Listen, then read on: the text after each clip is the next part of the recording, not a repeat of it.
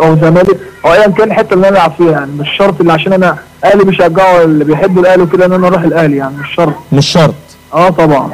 يعني انت في الاخر ممكن تضرب كرسي في الكولوب في العيله وتاخد قرار في حته ثانيه. والله اللي في الخير يا ربنا ان شاء الله صراحه. جميل يا مسعد. طب انا سمعت اشاعه كده، اكدها لي او ما تاكدهاليش، يعني دي حاجه ترجع لك يعني بحريتك الشخصيه. عارفها؟ اشاعه ايه؟ رنين ولا مغناطيس؟ ايه؟ رنين ولا مغناطيس؟ انت بتهزر. طب ماشي. ماشي يا مسعد. بص بقى، انا هحطها لك دلوقتي بقى ما بين رجليك. يلا قابل. قابل. انت رايح بجد على ورق غانا وراجع تاني الاهلي؟ رايح على ورق غانا وراجع تاني؟ كل حاجه وارده طبعا، بس انا طبعا انا اتمنى من ربنا ان النادي الاسماعيلي يعني ما يعني يستفاد ماديا، ويستفاد ان هو يعني ان انا امشي عن طريق النادي، امشي بصوره كويسه. يعني اتمنى ان الناس ما يعندوش يعني يعني اتمنى ان هم ما يعندوش شويه يعني في الامور. بس ده وارد يا مسعد انه يحصل؟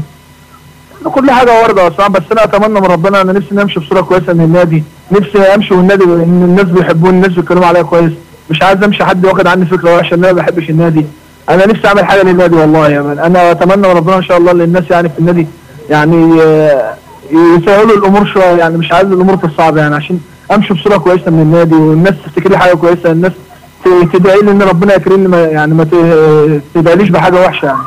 تفضل تبقى احتياطي لعبد الواحد السيد ولا احتياطي لشريف اكرامي؟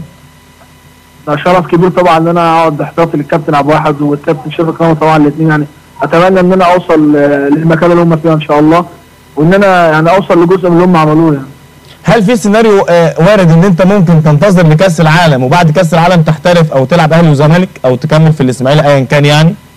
والله يعني ان شاء الله، يعني لو الامور اتصعبت شويه الفتره دي خلاص، يعني كاس العالم خلاص، يعني الامور خلاص يعني قربت، فاضل حاجه قليله، بس ان شاء الله يعني الامور تمشي ان شاء الله بشكل كويس والناس تسهل الامور يعني.